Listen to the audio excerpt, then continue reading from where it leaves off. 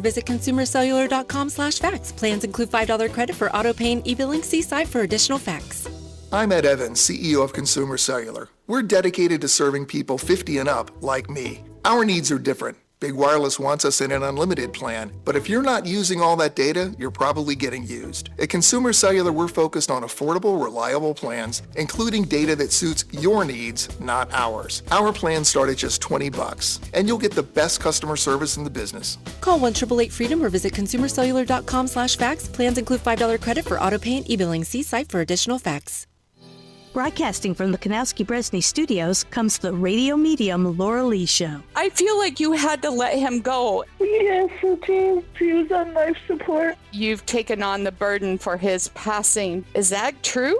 That is right. There's something to do with a Barbie doll. He used to stick the old school Barbie dolls in the cake. Oh my God, you're giving me goosebumps right now. The radio medium Laura Lee Show. Tune into your spirit every Tuesday at 4 p.m. You're tuned in to Money Matters Boston, 1120 AM WBNW. This is WBNW, 1120 AM, the Money Matters Radio Network.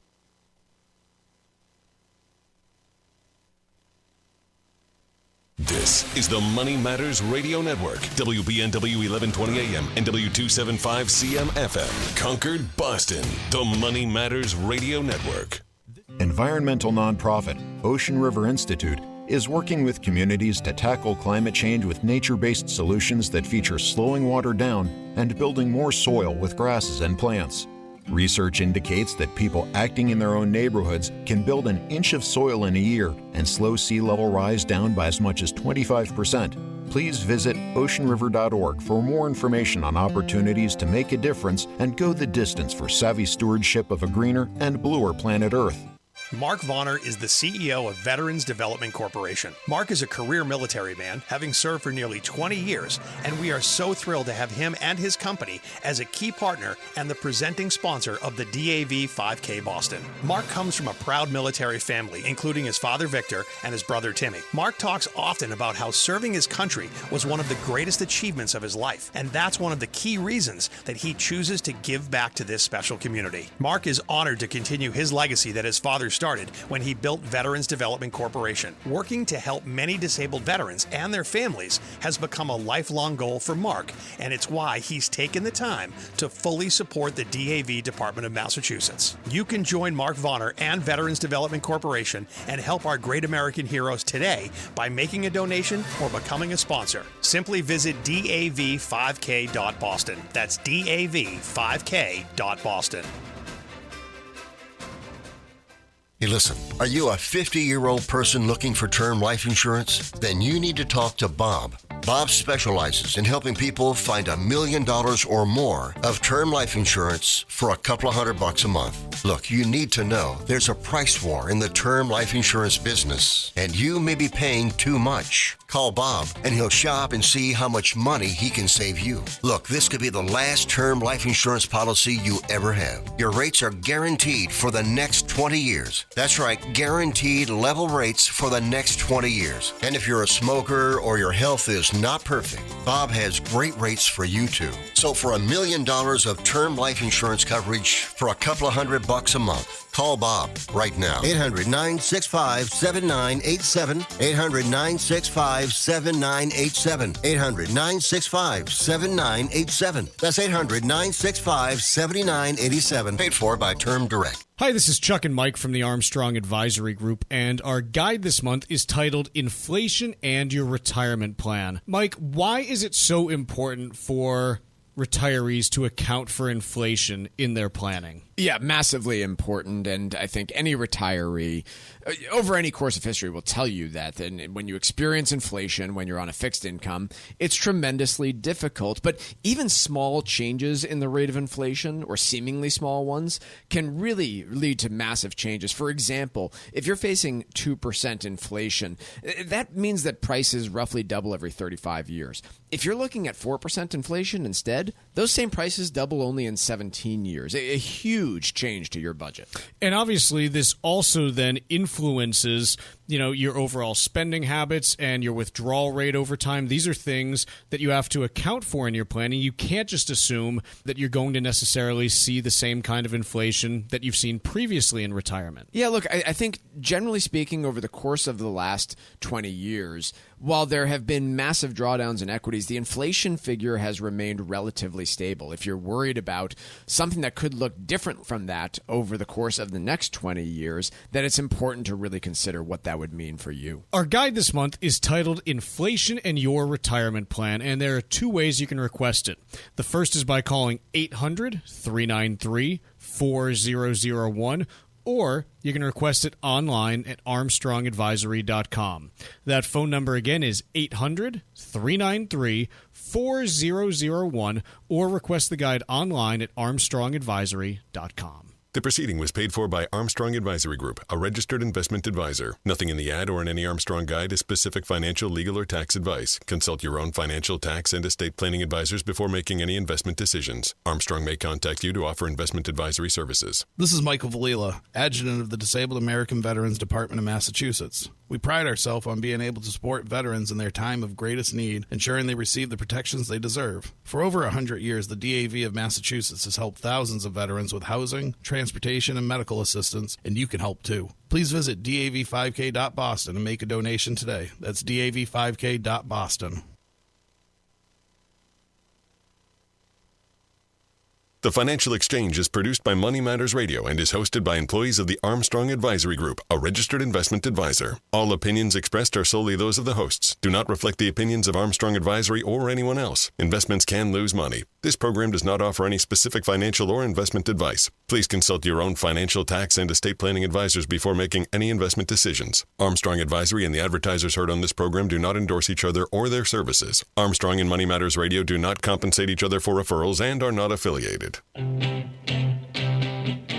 This is the Financial Exchange with Chuck Zodda and Mike Armstrong. Your exclusive look at business and financial news affecting your day, your city, your world. Stay informed and up to date about economic and market trends, plus breaking business news every day. The Financial Exchange is a proud partner of the Disabled American Veterans Department of Massachusetts. Help us support our great American heroes by visiting dav5k.boston and making a donation today. This is the Financial Exchange with Chuck Zodda and Mike Armstrong. Well, it's Chuck, Mike, and Tucker with you, and wrapping up the first week in September. No major news today, so we're just going to take the rest of the day off it. Oh, no. Wait, Michael. There was a BLS jobs report at 8:30 this morning. The Bureau of Labor Statistics fired up their old abacuses, or is it abaci? Abaci. Abaci? Yep. They fired up the abaci, and they said, hey, for the month of August, we saw net growth of 22,000 jobs in the United States, which is poor to quite poor. Bad.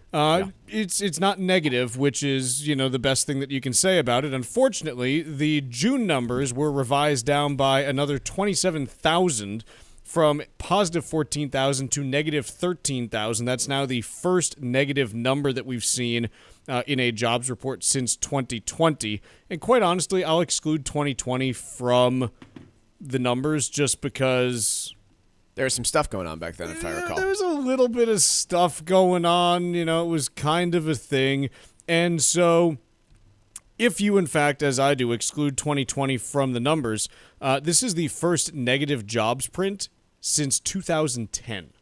15 years. We didn't see a negative one during the 2010s, aside from the start of 2010. Again, what this means is when the surveyors went out to businesses and asked how many people did you hire, how many people did you fire, the revised results that we've seen over the course of the last few months indicated that they fired some 13,000 people. Now, again, it's all netted out. Some companies hired, some companies did not, but these are the estimates now, and that's the first month of job loss, like Chuck mentioned, since 2010, if you exclude the 2020 recession. Correct. Now, other things that we saw in here, the unemployment rate rose from 4.2% to 4.3%. That is tabulated using a different survey of households, and so the big reason there not actually a increase in the a huge increase in the number of unemployed. You did see a little bit of an uptick there, but rather it was more people coming into the labor force who reported themselves as unemployed. And so that was kind of the interesting thing, where this was a month where on the household data, both the number of unemployed and employed went up, which is not something that you see, in this magnitude, too often. You see it occasionally. It happens from time to time, but it's just not something that you see a ton of. Other things that we have in here. Construction jobs now have seen net firings for the past 3 months. We've been warning that based on firings or quits, right? Like, these are not measured differently, right? Net negative job growth. They've seen job losses for the last 3 months. Who cares whether you left voluntarily or not? It doesn't matter. You're not getting paid anymore. Right. And so construction over the last 3 months, now with negative job numbers in each of those. Manufacturing with another tough month for job creation as well, down 12,000, now down 78,000 for the year on the manufacturing side. Also, starting to see some signs that the DOGE cuts that were put into effect earlier this year are now showing up in here, with government jobs down 16,000. That's expected to accelerate over the next couple months, simply because those had 6-month severance offers, many of which were accepted in February and March. So 6 months is, as one would expect, August and September. So those will show up. I don't think that those are necessarily going to be something that you put in as any kind of trend that's going to develop, because the decisions were made 6 months ago. They're not being made anymore, but just something to watch for over the next month or two. Other data that we had in here. Average weekly earnings running at about a 3.3% annual growth rate over the last 12 months. Average hourly earnings up 0.3% for the month. Up 0.3% for the month. But the big one that I always like to watch in here is the number that's called aggregate payrolls. And aggregate payrolls is a fancy way of saying, hey, show me the number of jobs added and combine it with wage growth. How much did payrolls go up? And the big thing on this one, I like to use it as a proxy for demand from households, because it's pretty much, hey, how many people are working and how much are they getting paid? And we've been in a pretty consistent range over really most of the 2010s, and even since the start of 2024, where we've generally been, between like 4.75% and 5.25% year-over-year aggregate payroll growth. This month, that year-over-year payroll growth slowed to 4.4%. So, I don't know that's a meaningful inflection downward, but it's slower than it's been. But for the last 3 months now, we're running at an annualized rate of 2.4% on aggregate payroll growth. 2.4%, to put it in perspective, aside from the pandemic, the last time we were there was June of 2010. Yeah. It's not good when you see it moving that slowly, simply because you have concerns about whether consumer spending can keep up. Now, the counterpoint to this is, if you actually look at Social Security withholdings over the last 2 months, they're running at north of 7% annualized growth, which is hard to reconcile, because... Yeah, what do we make of that? Social Security withholdings up 7%, aggregate payrolls... I don't know what to make of it, because they normally tie pretty closely. They're typically pretty close, with, a couple exceptions here and there, because Social Security payroll growth, I think it's a great measure of how the economy is typically doing, because you pay Social Security taxes only on a limited set of income. So it's not influenced by the people making $10 million or a bunch of investment income and all that stuff. Social Security, FICA withholdings is fundamentally based on, hey, how much are companies sending to the U.S. Treasury on a daily basis for workers making less than like $170,000 a year? So I can't reconcile these two numbers, and that does have me a little bit confused as to what's going on, because ultimately what matters in this is how much people are being paid, and the Social Security numbers are telling me there's no real problem there, whereas this number is telling me there's a problem. And it's unusual to have that divergence. I don't know what it means, but it's going to resolve itself in the next couple months. Either these numbers are going to have to come up, or the Social Security withholdings are going to start to slide. So the last 4 months now, we are sitting at average payroll growth of, 30,000? 29,000. Where do we need to be to maintain the unemployment rate of 4.3%? We don't know. And that's the humble, honest opinion. And we don't mean Chuck and I don't know. We mean nobody really knows right now. No. And the reason why nobody really knows is that no one has a great picture as to exactly what's going on with immigration right now, other than the levels are down from where they were a year ago. Yeah. And what I mean by this is we don't know how many immigrants who are either here legally or illegally have dropped out of the workforce or are just no longer in the country right now. The estimates that I've seen are that you have anywhere from about 300,000 to 1.5 million immigrants that are no longer in the workforce. And basically what it means then, because that band is so big, in terms of the number of jobs added per month that you need to keep the unemployment rate steady, the estimates that I've seen are anywhere from 20,000 to 100,000. It's a wide band. And so we really don't know. What I can tell you is that ultimately spending growth in the U.S. is powered by two things. More people getting paid and those people getting paid more, which is why aggregate payrolls matters. If you slow to job growth of 20,000, jobs per month, and if wage growth, continues to run at 3%, it is tough to have 5% nominal GDP because you can't spend that money that you don't have. The unemployment rate might matter in that case to the Fed and their decisions about inflation, but in terms of growth of the economy, it's tough to see consumers growing if you're only adding 20,000 jobs per month. Now, you don't need to add 200,000 or 300,000. Sure. You could be very content just clipping along and saying, okay, I can add 100,000 jobs a month, and that's, 0.75% in terms of, workforce growth for the year. And if wages run 3.3, great. I've got my 4%, 4.25% that I need for aggregate payroll growth, and I'm happy as a clam.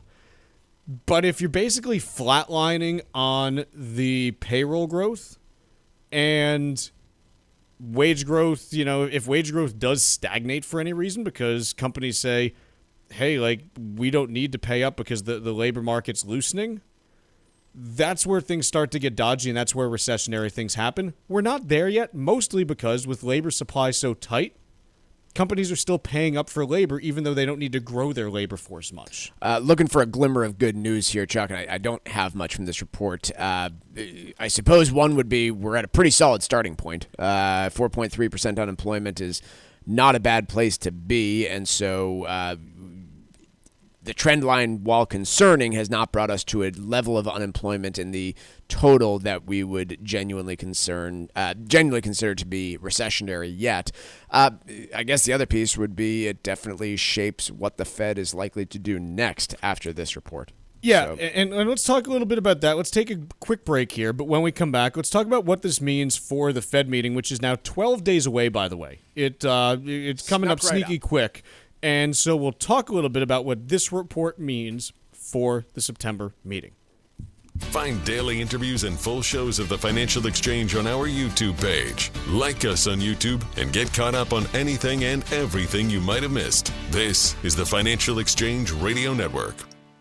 This fall, why just watch the leaves change when you could watch the sunset over turquoise waters?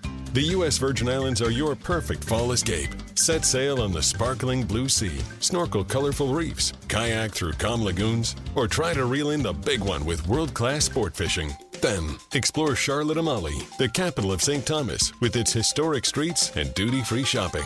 Ferry to St. John's Virgin Islands National Park for hiking and secluded beaches. And finally, experience the culture, festivals, and rum of St. Croix. 3 incredible islands, countless experiences, and something for everyone to enjoy. With easy travel from New England, no passport required for U.S. citizens, and no money to exchange, paradise is closer than you think. So why wait? This can be the season you fall naturally in rhythm with the heartbeat of the islands in America's Caribbean. The U.S. Virgin Islands. Plan your getaway now at visitusvi.com. That's visitusvi.com. Your retirement savings and life insurance benefits are more than numbers. They're part of the legacy you've worked hard to build. And with the right plan, you can help protect them for the people you love. This month's free guide from Cushing & Dolan, IRA and life insurance planning, estate tax strategies, and nursing home protection shows how naming your estate the beneficiary of your IRA or life insurance can help reduce estate taxes and protect assets from nursing home costs, and still give your spouse access when it's needed most. It's a straightforward strategy that can provide lasting benefits for you and your family. You'll learn how this approach can fit into your overall estate plan and why it may offer more flexibility than other options. Get your free copy today by calling 866-848-5699. That's 866-848-5699. Or request the guide online right now at LegalExchangeShow.com. The proceeding was paid for and the views expressed are solely those of Cushing & Dolan. Cushing & Dolan and or Armstrong Advisory may contact you offering legal or investment services. Cushing & Dolan and Armstrong Advisory do not endorse each other and are not affiliated. Hi, this is Mike Armstrong from the Armstrong Advisory Group. One of the biggest risks to retirement isn't just market volatility, it's longevity. People are living 25 to 30 years after they stop working, and that gives inflation plenty of time to work against you. At just 3% inflation, your expenses double in about 23 years. Add to that the fact that healthcare costs typically rise faster than general inflation, and your later years could be your most expensive. Without a plan, that combination can put real pressure on your savings. That's why we've put together a brand new guide called Inflation in Your Retirement Plan. The guide shows you ways to balance longevity risk with rising costs and strategies that may help you make your money last through decades of retirement. Call 800-393-4001 to get your free copy today. 800-393-4001, or you can request it online at ArmstrongAdvisory.com. The proceeding was paid for by Armstrong Advisory Group, a registered investment advisor. Nothing in the ad or in any Armstrong guide is specific financial, legal, or tax advice. Consult your own financial, tax, and estate planning advisors before making any investment decisions. Armstrong may contact you to offer investment advisory services. Mark Vonner is the CEO of Veterans Development Corporation. Mark is a career military man, having served nearly 20 years, and we are so proud to have him and his business as a key partner and a presenting sponsor of the DAV 5K Boston. The DAV Department of Massachusetts does incredible work, and it's one of the first organizations that Mark became familiar with after his military service ended back in 1984. As Mark built his company, he knew he'd be giving back to fellow veterans who needed jobs, support services, medical supplies, and so much more. Mark works with disabled veterans every day, and it's one of the key reasons why he's such a big supporter of Dan Stack, the DAV Department of Massachusetts, and the DAV 5K Boston. You can join Mark Vonner and his team and make a donation to the DAV Department of Massachusetts or become a sponsor of the DAV 5K Boston. Simply visit dav5k.boston. That's dav5k.boston.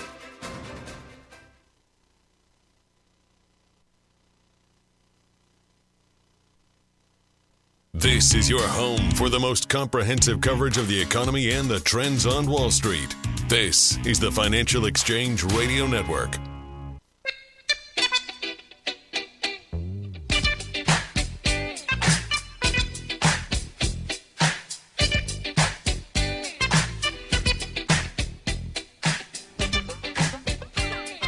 All right, so this morning, jobs report came out. Wasn't particularly good. 22,000 jobs created, some downward revisions for June that pushed June to negative territory. First negative jobs numbers that we've seen since 2020. And we raised the question at the end of the last segment, what does this mean for the upcoming Fed meeting? Here's what it means. The Fed is going to be cutting at the September meeting. Only real question is 25 or 50, Chuck. Correct. As of right now, we have an 85.7% chance of a 25 basis point cut and a 14.3% chance of a 50 basis point cut. And so this is like the whole crux of the question now is how large is the cut going to be at this meeting? And then from there, like what's the path for subsequent meetings as we get into the rest of the year? Currently, the market pretty much pricing in 75 basis points of cuts by year end. But this has the potential to change because remember, in a recession, typically the Fed might cut anywhere from like 2 to 4%.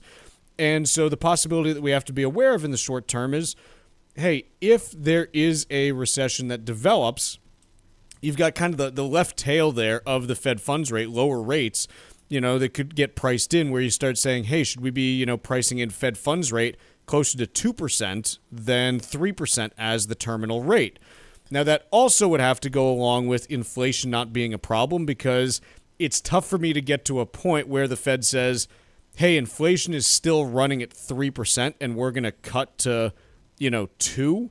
Yeah. Because the problem there is the second that things turn and start accelerating upward, which they always do, even if you get a recession here, they always turn. In my estimation, it's not likely to be particularly long or deep. Then you have people, buying up more stuff than they used to, and that's where 3% inflation turns into 5% in a hurry, and the Fed's got to be quick on that other side if they've gone too far there. So let's justify a 50 basis point cut right now. So on July 27th, that was the last Fed meeting. If I'm not, nope, that's 2026 schedule. July 28th was the last meeting. The decision. What website are you on that you're looking at that? I have no idea. M&I Markets. Never heard of them. Me either. So pretty sure that's right though. What we knew at that stage they sell pizzas, Mike. And euros. Pizzas for euros. Oh wait, did you say? Were you I saying meant like euro, but not euros. Not euros, but they It'd sound be more a lot interesting alike. if they were a money changer that sold pizzas. Yeah. What we knew at that meeting was a labor market that had slowed, but not considerably. I don't know what the running average for the job creation at that point was, but I think it was in the 50 to 75,000 per month range over the last 3 months. 2 days after that meeting, thereabouts, you got a massive revision of jobs that resulted in the president firing the then head of the Bureau of Labor Statistics. You now have another reading on jobs that showed weak employment in the month of August and further revisions downward for the previous few months. You already had 2 Fed members voting for a cut at that stage. I think you can pretty easily justify a 50 basis point cut at this stage if you want to. Last time they did it was September of last year. Yes.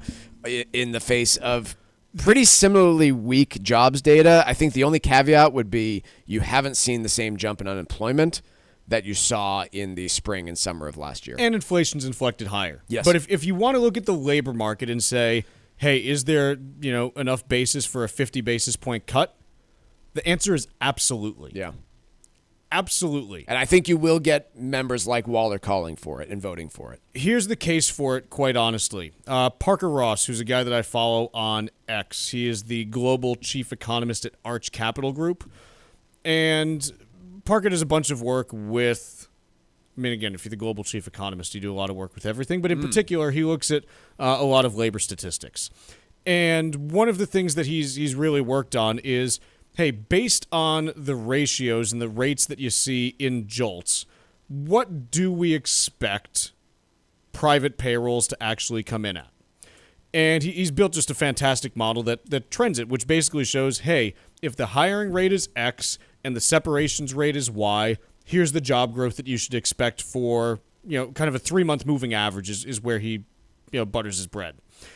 And basically his model, what it's showing is, if the rate of hires continues on its current trend and the rate of separations continues on its current trend, you're going to have negative job growth within the next month or two, potentially accelerating to like 300,000 to 400,000 jobs lost per month by this time next year, if that were to continue. Now, nothing continues for a year because things are always wiggling and moving a little bit. There are no straight lines in economics, at least outside of, China.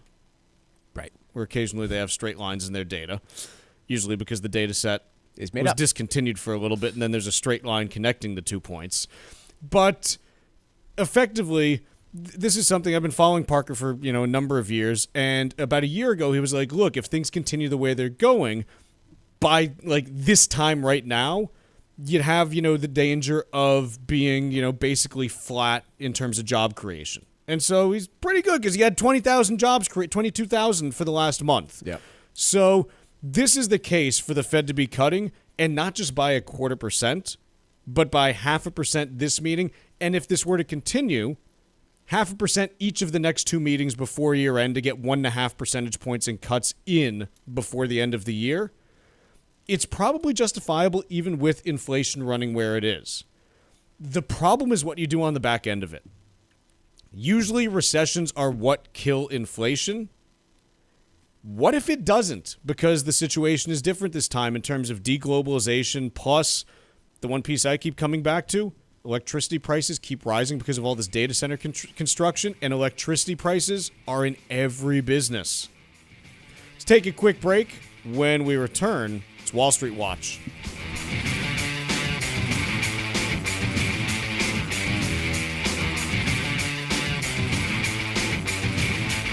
Like us on Facebook and follow us on Twitter @TFE Show. Breaking business news is always first, right here on the Financial Exchange Radio Network. Sometimes we know what's next. Other times, it's impossible to know. Life can change in an instant. Don't be caught standing by the next time someone's heart stops. Knowing CPR gives you the ability to act and takes you from bystander to lifesaver. CPR is a life-saving skill. Join the nation of lifesavers today by learning CPR at heart.org/nation. National support for CPR education provided by Elevance Health Foundation. It happens all over Massachusetts. Can you tie my shoes? In every home and every community. Be careful on your bike. Learning can happen anytime, anywhere. We'll see you at practice this weekend.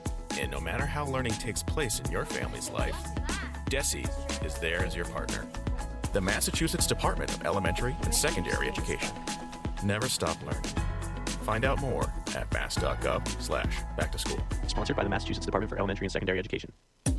New Englanders love the Caribbean, and now there's a Caribbean travel channel available for you to learn all about Caribbean culture while you're planning your next trip to your favorite island. The TravelShareIt.com marketplace is loaded with information about the arts, festivals, food, and music throughout the Caribbean, and is an interactive website featuring daily travel deals to any island of your choice. Book your next Caribbean vacation on the most comprehensive travel channel for the islands, TravelShareIt.com. That's TravelShareIt.com.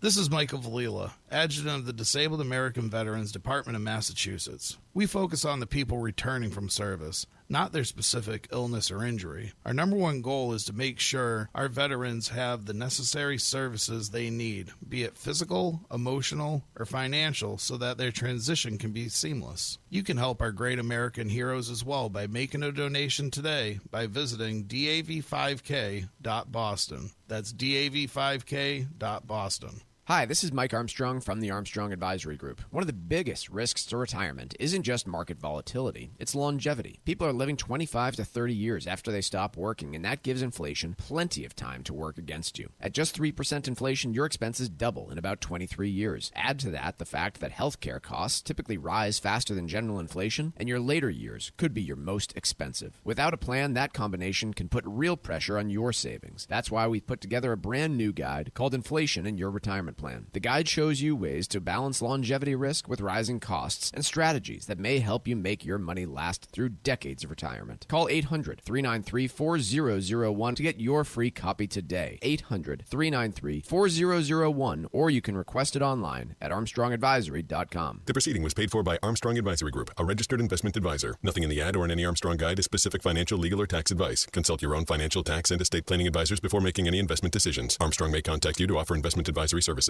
This is Tucker Silva with the Financial Exchange Show, and I'm joined today by estate planning attorney Todd Lutzke, a partner with the law firm of Cushing & Dolan with a master's in taxation. And today we're talking about choosing beneficiaries for your IRA. Todd, what is the best way to deal with qualified retirement plan assets, and can they be transferred to these irrevocable Medicaid trusts? So this is a tough asset in general. When you're dealing with retirement plan assets, it's difficult from an estate planning standpoint or a Medicaid planning standpoint to deal with them. Why? Because they have both an income tax component and an estate tax component, right? They're taxable when you take them out, and when you die, they're subject to your estate tax. So the general way to do this would be, one, you can name the spouse as the beneficiary of the IRA, or you can name the kids the beneficiary of the IRA, or sometimes you can name the trust the beneficiary or the estate the beneficiary.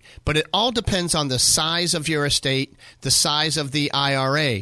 But the one thing you really can't do is you can't take the asset and transfer it to the irrevocable trust or revocable trust while you're living. Otherwise, it will create a income taxable event. So tough to plan for those in advance unless you name the estate the beneficiary. Educate yourself about the estate planning process. Request your free copy of Todd's brand new guide called Why Name Your Estate an IRA Beneficiary right now by calling 866-848-5699. That's 848-5699, or you can request a copy from their website, legalexchangeshow.com. The proceeding was paid for, and the views expressed are solely those of Cushing & Dolan. Cushing & Dolan and/or Armstrong Advisory may contact you offering legal or investment services. Cushing and Armstrong do not endorse each other and are not affiliated.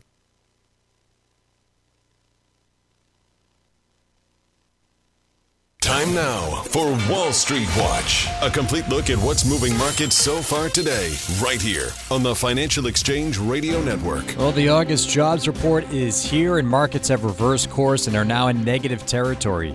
After only 22,000 jobs were added last month, well below forecasts of 75,000. The government also revised its numbers from earlier in the summer and said that the economy lost a net 13,000 jobs in June, marking its first decline since December of 2020. Right now, the Dow is down by 0.6% or 282 points lower. S&P 500 is down about 0.5%. NASDAQ down 0.3% or 62 points lower. Russell 2000 is actually up by 0.4%. 10-year Treasury yield down 10 basis points at 4.076%, and crude oil down over 2% lower, trading right at $62 a barrel. Broadcom shares are jumping 10% after the chip and software maker swung to a profit, beating expectations for its quarterly sales. The company also noted its AI-related revenue soared 63% higher. Luke Kawa of Sherwood News will join us in the next hour with his insight on Broadcom. Meanwhile, Lululemon shares are tanking 16% after the athleisure wear company's full-year guidance missed estimates. Lulu also cut its outlook, citing tariffs. Elsewhere, DocuSign lifted its annual outlook amid a push to ramp up AI offerings. Shares in the electronic signature company up 7%. Smith & Wesson posted better than expected earnings and sales driven by demand for new products. Shares in the gunmaker are climbing 10%. And a new financial filing revealed that Tesla's board is asking investors to approve a new pay package for CEO Elon Musk that could be worth as much as $1 trillion over the next decade. Tesla shares are rising nearly 3%. I'm Tucker Silva, and that is Wall Street Watch. So we've got a few different choices as to what we can talk about now. The first is, I'm sorry, anytime that I hear about someone getting paid $1 trillion, I kind of want to dig into it. Okay. Second, Mike asked a question to me as we headed to our last break, and the question was, hey, why do you think hiring is sluggish right now? And so we could talk about that. And then Tucker's, we were heading to break, said, I'm interested in hearing more about electricity costs. Take your pick, Tucker. Can Ben chime in and let us know where he thinks we should go? Just yell really loud. Yeah, Ben. just yell. Ben, what do you think we should talk about? Louder. We can't. The door's closed. Can he open it? What? Electric costs. Okay, Ben wants to talk about electricity. So, here's the thing. I was poking around this morning, and when you look at electricity costs nationwide, they are up 6.2% in the last year. Okay. So about double the pace of inflation over the last year. Yes. So I went and said, okay, like I'm curious, what's that compared to as far as the norm? Like what do we normally see? And what I found was that aside from 4 periods in the last 40 years, this is the highest rate of electricity price growth that we've seen. The 4 periods are as follows. 2022, for obvious reasons, the price of everything went up double-digit-ish. Like you don't get to 9% inflation without a bunch of things going up really fast. Yep. So that's one of them.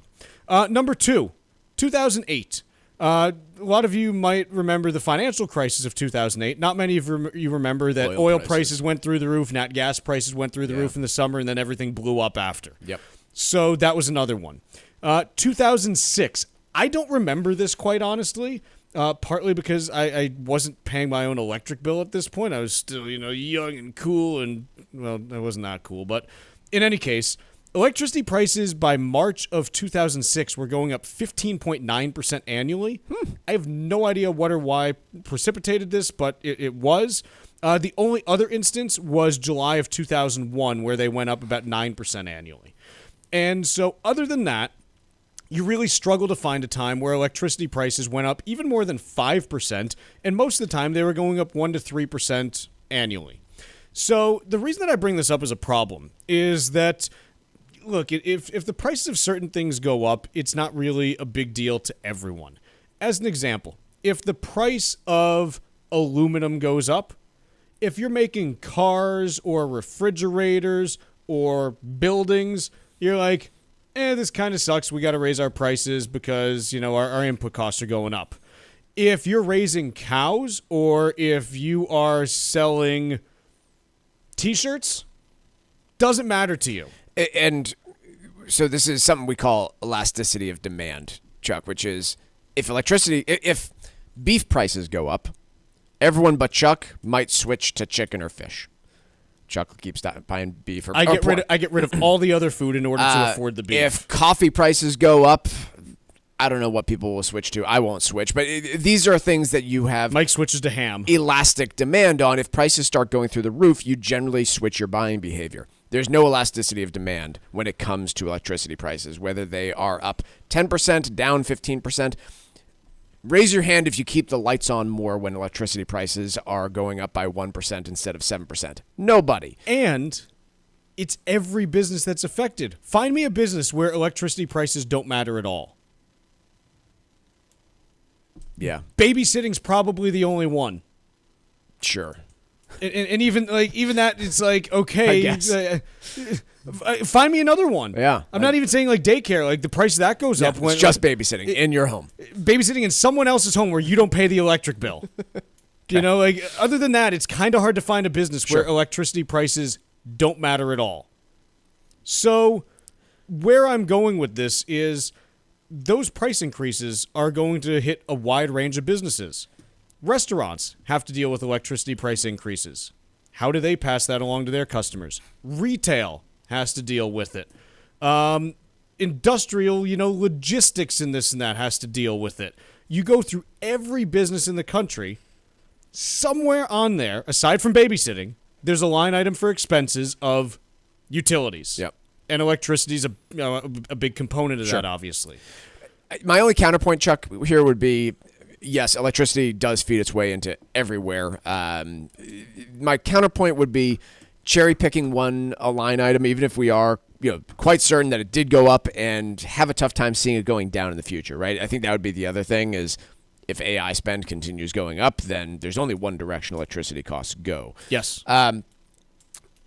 Could we see something else that counters that? We're seeing a ton of weakness in housing. Do we see shelter costs moderate and therefore the overall inflation scenario moderate too? Like, there's always that possibility that in spite of something significant driving prices higher, something else fell off a ledge here, and so overall, while electricity costs up, my rent didn't go up, and so I'm still fine. But this is the problem, is in order for that to happen, demand for those other things has to drop as well. Yep. And that means that the economy gets wompy.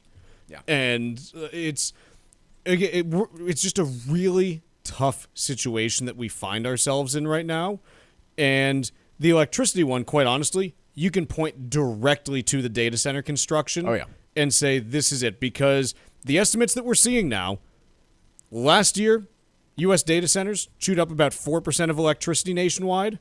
By 2028, the estimates are for it to be 12%.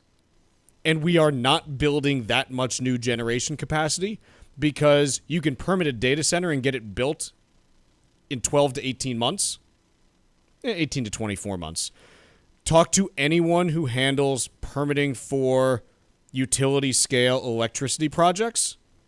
They will tell you it is a 7 to 10 year process. And that's the ballgame. Like, that's the whole thing when it comes to this. So if you want to know where I would focus my efforts on over the next year or two in terms of deregulation, it's making it easier to build power plants. Figuring out ways to speed that construction up, because the demand is going to be there. And quite honestly, like if you're a big believer in AI, the country or the company or whoever you think is going to win the AI game also has to win the power generation game. Right. And right now, the U.S. is not doing a great job at that. We haven't done a great job at it for 40 or 50 years. It's been a while. This is not new. This is something that's been a problem probably, since the 1980s, quite honestly. Well, I see an attitude change towards it. We will see if it actually leads to anything, because while I've seen an attitude shift where folks are more comfortable with the idea of nuclear, I have not seen an attitude shift towards building that nuclear near me. Give me $1 million a year and I'll put one in my basement. If you get one that I can wear on my head, just a little portable one I carry around, I'd do that. Because if it goes wrong, you don't know. True. Really, you want to be as close as possible to it if something goes wrong. You don't want the long, painful, problems. All right. I'm just saying. Let's take a quick break. When we return, do we want to cover any of those other topics that we talked about? Yeah, I want to talk about the why of the job market. Okay. I didn't get my take in. Why is the job market so sluggish right now? Text us 617-362-1385 with your comments and questions about today's show. This is the Financial Exchange Radio Network. Are you wondering where the economy is headed? GDP is growing, but tariffs, inflation, and job numbers are making headlines. Interest rates, housing costs, and policy changes are impacting all of us. Even AI is changing how markets move. Hi, this is Chuck Zodda from the Armstrong Advisory Group. We're hosting 2 financial seminars this fall to help you make sense of it all. Join us at Margaritaville Resort, Cape Cod on October 9th or at the Showcase Superlux in Chestnut Hill on October 16th. To reserve your seat, call 800-393-4001. We'll break down the economic trends, market risks, and smart strategies you need to plan for retirement and beyond. Diversification, preparation, and smart decisions are several of the keys to navigating uncertainty. Register today by calling 800-393-4001 or on our website, armstrongadvisory.com. The proceeding was paid for by Armstrong Advisory Group, a registered investment advisor. Nothing in the ad or in any Armstrong guide is specific financial, legal, or tax advice. Consult your own financial, tax, and estate planning advisors before making any investment decisions. Armstrong may contact you to offer investment advisory services. Your retirement savings and life insurance benefits are more than numbers. They're part of the legacy you've worked hard to build. And with the right plan, you can help protect them for the people you love. This month's free guide from Cushing & Dolan, IRA and life insurance planning, estate tax strategies, and nursing home protection shows how naming your estate the beneficiary of your IRA or life insurance can help reduce estate taxes and protect assets from nursing home costs, and still give your spouse access when it's needed most. It's a straightforward strategy that can provide lasting benefits for you and your family. You'll learn how this approach can fit into your overall estate plan and why it may offer more flexibility than other options. Get your free copy today by calling 866-848-5699. That's 866-848-5699. Or request the guide online right now at LegalExchangeShow.com. The proceeding was paid for and the views expressed are solely those of Cushing & Dolan. Cushing & Dolan and or Armstrong Advisory may contact you offering legal or investment services. Cushing & Dolan and Armstrong Advisory do not endorse each other and are not affiliated. New Englanders love the Caribbean, and now there's a Caribbean travel channel available for you to learn all about Caribbean culture while you're planning your next trip to your favorite island. The TravelShareIt.com marketplace is loaded with information about the arts, festivals, food, and music throughout the Caribbean, and is an interactive website featuring daily travel deals to any island of your choice. Book your next Caribbean vacation on the most comprehensive travel channel for the islands, TravelShareIt.com. That's TravelShareIt.com. This is Michael Valila, Adjutant of the Disabled American Veterans Department of Massachusetts. We focus on the people returning from service, not their specific illness or injury. Our number one goal is to make sure our veterans have the necessary services they need, be it physical, emotional, or financial, so that their transition can be seamless. You can help our great American heroes as well by making a donation today by visiting dav5k.boston. That's dav5k.boston. Here at the Massachusetts Department of Elementary and Secondary Education, we are committed to all students not only attending, but succeeding at school. Your presence is powerful. Share why you attend at doe.mass.edu. Sponsored by the Massachusetts Department of Elementary and Secondary Education. Let's talk LDL. AKA bad cholesterol. The higher your LDL cholesterol, the higher your risk of a heart attack or stroke. Your health matters. Know your number. Talk to your doctor and get your cholesterol checked. And learn how to help lower your LDL bad cholesterol. Because your health is in your hands. Find out more at heart.org/LDL.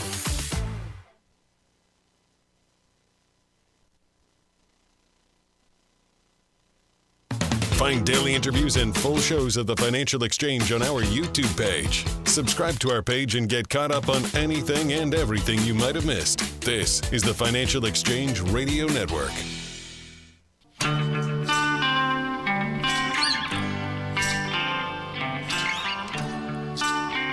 Mike asked the question in a prior segment, why is the labor market so stagnant right now? Let's start by admitting that we can't possibly know. Like, anything we do is going to be guessing here, an educated guess. As to why it is? As to why it's happening, right? Like, sure. We can't know why Walmart is hiring fewer people or anybody else is. I have three possible explanations, and it's probably a combination of all of these and other factors. Okay, let me write these down. Immigration. Enlighten me. Talk to me. We're talking about weakness in job creation. If there are fewer people to hire, especially in some industries like construction, then it could lead to weak hiring numbers just because you can't find the people. If it were just that, though, wouldn't you see job openings moving up still, right, but hiring's not? Right. So this might explain some of it, but obviously doesn't explain all of it. Okay. Tariff uncertainty is my number 2. Yep. AI is my number 3. That's it. Those are my 3. Okay, I'll throw a few more logs on the fire. Sure. The housing market sucks. And when the housing market sucks, the construction hiring market sucks. Yep. Not only that, the mortgage hiring market, not good. Yep. Anything related to, housing moving and home this and that, improvement like all that stuff slows down. Yep. So I think that's a big piece that is at play here. I didn't think it was good enough to just talk about, like, recession worries. That might be playing a role into here as to why companies are worried about hiring. No, but that's that's unique to that business. Like, right. That's why no one, if talk to any contractor out there right now, or talk to any GC out there right now, and this is actually really interesting. The GCs that I talk to, their subs are reaching out to them on a more frequent basis, being like, "Hey, do you have any work for me?" Because there's not enough going on for them. And that's stuff that I wasn't hearing a year or two ago. Is, subs reaching out saying, hey, you got any work? Or when they're bidding on stuff, bidding below where the GC was expecting to see. Interesting. Because they want the job and they don't have enough work going on. On the AI side, I actually don't think that the technology itself is leading to a lack of hiring, but I do think that there is this attitude that is moving through boardrooms at big companies right now about we need to project that we're having success on artificial intelligence, and the easiest way to do so is point towards a lack of need for new employees.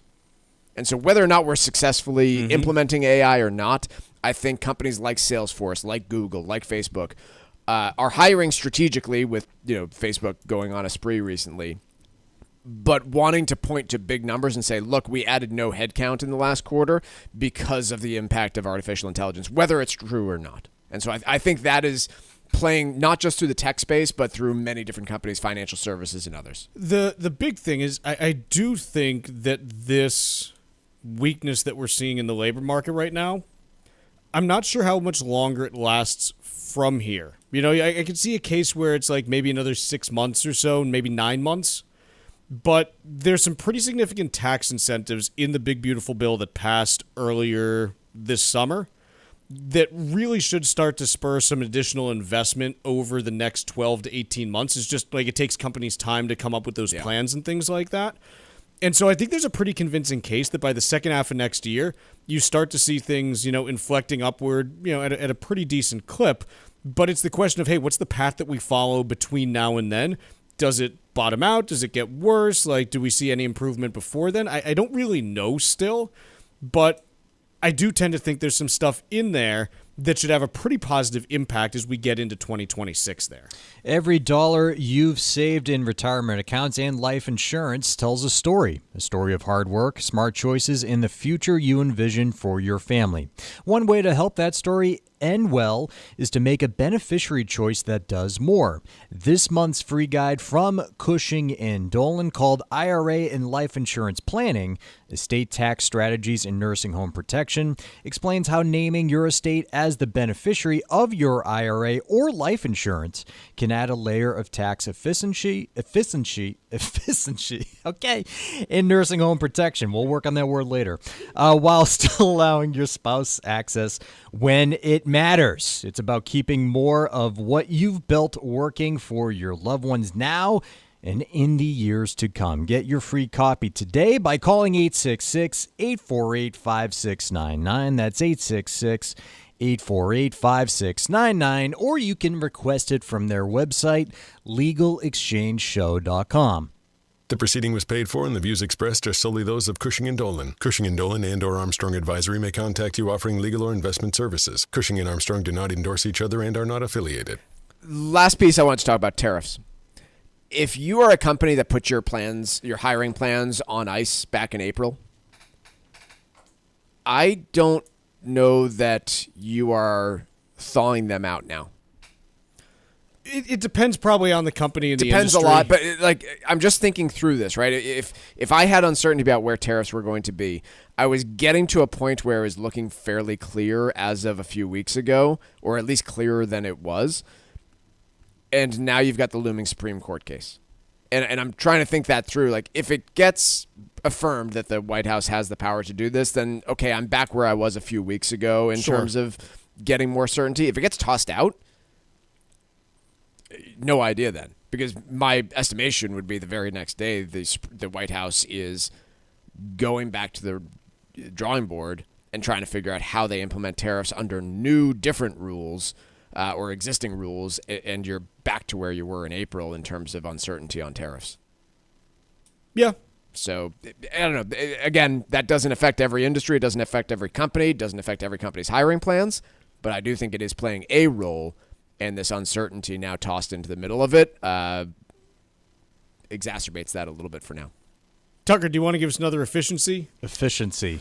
I'll tell you, that was an amazing recovery, Tucker, because I would have been just laughing and unable to complete the sentence. So it's one of those words that you just stumble over, and then you're like, I can't say this word right now. We're just can't happen. I mean, look, I still have ones that even though I know the right way to pronounce them, I struggle with each time. Efficiency. The one that always gets me that I still have to think about, dispensary, because I still want to say dispensary. I still want to say dispensary. Yeah. But it's not dysentery, it's a dispensary. Let's take a quick break. It is a Friday here on the Financial Exchange. We're back on the Oregon Trail when we return.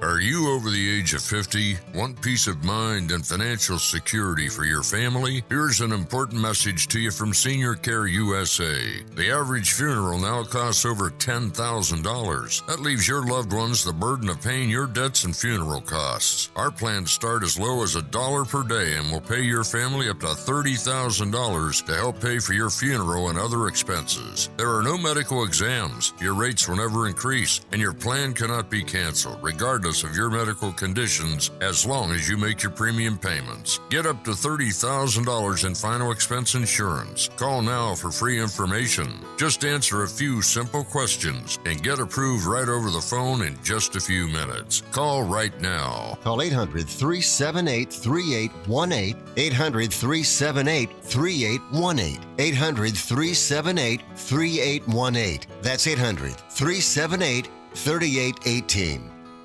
Did you outgrow your timeshare and now you want out? But you can't. you can't sell it, and you can't get out of the contract. Imagine trying to get out of your mortgage. That's what a timeshare is. You can't just call up the bank and say, I don't want to pay it anymore. But we may be able to help you do just that. Listen, a timeshare maybe for you once was a great thing, but now you don't use it much. And they are not easy to get rid of. Plus, you do have to pay for it every month. Qualified timeshare owners can get out of their contract legally and permanently without ruining your credit or even filing bankruptcy. And imagine, no more mortgage payment or fees. Call the Timeshare Exit Hotline qualification line now. It's free to learn more.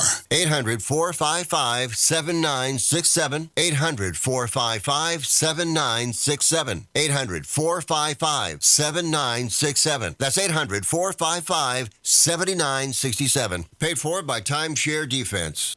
Hey, listen, are you a 50-year-old person looking for term life insurance? Then you need to talk to Bob. Bob specializes in helping people find $1 million or more of term life insurance for a couple of $100 a month. Look, you need to know there's a price war in the term life insurance business, and you may be paying too much. Call Bob, and he'll shop and see how much money he can save you. Look, this could be the last term life insurance policy you ever have. Your rates are guaranteed for the next 20 years. That's right, guaranteed level rates for the next 20 years. And if you're a smoker or your health is not perfect, Bob has great rates for you too. So for $1 million of term life insurance coverage for a couple of $100 a month, call Bob right now. 800-965-7987. 800-965-7987. 800-965-7987. That's 800-965-7987. Paid for by Term Direct. This is the Money Matters Radio Network, WBNW 1120 AM and W275 CM FM. Concord, Boston, the Money Matters Radio Network. As a busy mom to 4 kids, my to-do list is full. Trying to fit in exercise, eating right, and prioritizing self-care can feel next to impossible. While we can't add more hours to the day, we do have a great resource to help. Go Red for Women has easy tips, tools, and information to help you and your family live a healthier life. So to all the moms, the aunts, grandmothers, and amazing women out there doing it all, visit goredforwomen.org/momlife today. You take care of them, Go Red for Women will take care of you. This fall, why just watch the leaves change when you could watch the sunset over turquoise waters? The U.S. Virgin Islands are your perfect fall escape. Set sail on the sparkling blue sea, snorkel colorful reefs, kayak through calm lagoons, or try to reel in the big one with world-class sport fishing. Then, explore Charlotte Amalie, the capital of St. Thomas, with its historic streets and duty-free shopping. Ferry to St. John's Virgin Islands National Park for hiking and secluded beaches. And finally, experience the culture, festivals, and rum of St. Croix. 3 incredible islands, countless experiences, and something for everyone to enjoy. With easy travel from New England, no passport required for U.S. citizens, and no money to exchange, paradise is closer than you think. So why wait? This can be the season you fall naturally in rhythm with the heartbeat of the islands in America's Caribbean. The U.S. Virgin Islands. Plan your getaway now at visitusvi.com. That's visitusvi.com. Mark Vonner is the CEO of Veterans Development Corporation. Mark is a career military man, having served for nearly 20 years, and we are so thrilled to have him and his company as a key partner and the presenting sponsor of the DAV 5K Boston. Mark comes from a proud military family, including his father Victor and his brother Timmy. Mark talks often about how serving his country was one of the greatest achievements of his life, and that's one of the key reasons that he chooses to give back to this special community. Mark is honored to continue his legacy that his father started when he built Veterans Development Corporation. Working to help many disabled veterans and their families has become a lifelong goal for Mark, and it's why he's taken the time to fully support the DAV Department of Massachusetts. You can join Mark Vonner and Veterans Development Corporation and help our great American heroes today by making a donation or becoming a sponsor. Simply visit dav5k.boston. That's dav5k.boston. This month's free guide from Cushing & Dolan is called IRA and Life Insurance Planning, Estate Tax Strategies and Nursing Home Protection. Learn how naming your estate a beneficiary can reduce estate taxes, protect assets from nursing home costs, and avoid the 5-year Medicaid waiting period. Call 866-848-5699 to get your free guide today, or request it online at LegalExchangeShow.com. The proceeding was paid for and the views expressed are solely those of Cushing & Dolan. Cushing & Dolan and or Armstrong Advisory may contact you offering legal or investment services. Cushing & Dolan and Armstrong Advisory do not endorse each other and are not affiliated. Hi, this is Chuck and Mike from the Armstrong Advisory Group, and we've got a guide available this month on the topic of inflation and your retirement plan. Mike, a lot of people listening might be familiar with the idea of the Consumer Price Index, the CPI, but rare is it that we find someone whose own personal rate of inflation exactly matches the CPI consistently. Of course, we all have different spending habits. We all live in different parts of the country and have different effects of inflation. But I think a great example here, Chuck, is during a large portion of the 2010s decade, CPI was relatively in control, and people got very little in the way of increases on their Social Security. However, healthcare inflation was pretty hot, and Medicare prices went up pretty dramatically during that period of time. And that is one area that dramatically affects retirees that doesn't play into CPI all that much and resulted in people seeing their Social Securities just not growing a whole lot during that 2010 decade. And so you really do have to evaluate the risk of, hey, here are my spending categories, and how might things like changes to the labor market or changes to energy markets, if I live here in the Northeast and I can't get natural gas and I'm instead relying on oil prices, how could those changes really affect my future finances? Folks, our guide this month is titled Inflation in Your Retirement Plan, and the way to request it is by calling 800-393-4001. You can also request it online at armstrongadvisory.com. The guide again is Inflation in Your Retirement Plan, and that phone number to call is 800-393-4001. The proceeding was paid for by Armstrong Advisory Group, a registered investment advisor. Nothing in the ad or in any Armstrong guide is specific financial, legal, or tax advice. Consult your own financial, tax, and estate planning advisors before making any investment decisions. Armstrong may contact you to offer investment advisory services.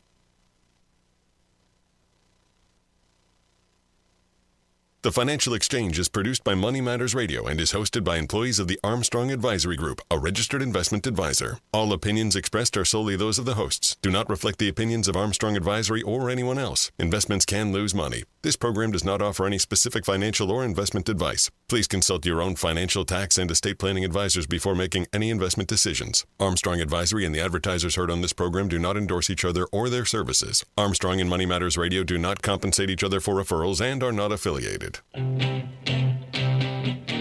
This is the Financial Exchange with Chuck Zodda and Mike Armstrong. Your exclusive look at business and financial news affecting your day, your city, your world. Stay informed and up to date about economic and market trends, plus breaking business news every day. The Financial Exchange is a proud partner of the Disabled American Veterans Department of Massachusetts. Help us support our great American heroes by visiting dav5k.boston and making a donation today. This is the Financial Exchange with Chuck Zodda and Mike Armstrong. Chuck, Mike, and Tucker with you, and it is a Jobs Friday, and we've got markets selling off on a weaker-than-expected jobs report with 22,000 jobs created and the unemployment rate rising to 4.3%. Again, just you look for silver linings, and there's just not many in this report. I guess you could say, look, net job growth was still positive, but ultimately a pretty weak report that continues a trend that's been going on for a little while now. And ultimately, I think the question that is out there in my mind is, look, what changes this trend? Because typically, the best way to predict where the economy is going in the future is to see where it's been over the last few months. And there's definitely been a slowdown on the labor market. It's something where maybe we're seeing some signs of that reversing. If you look at the Indeed jobs posting data that's out there now through... and it's still through August 22nd. You're seeing a little bit of a bounce in August in job openings, but that doesn't necessarily translate to hiring right away. It could be something where there's, a 3 to 6 month delay there. And so you just kind of have to watch and see how things evolve. The other piece that you are seeing is that when you looked at the data on wages from Indeed, it kind of matches up with, some of the other stuff that we're seeing in terms of, weakness in purchasing power in this report. But ultimately, this report, in my mind, solidifies you're almost guaranteed to have at least a 25 basis point cut from the Fed in 12 days. And it puts on the table the possibility of a larger one. What would be needed for that larger one, in my opinion?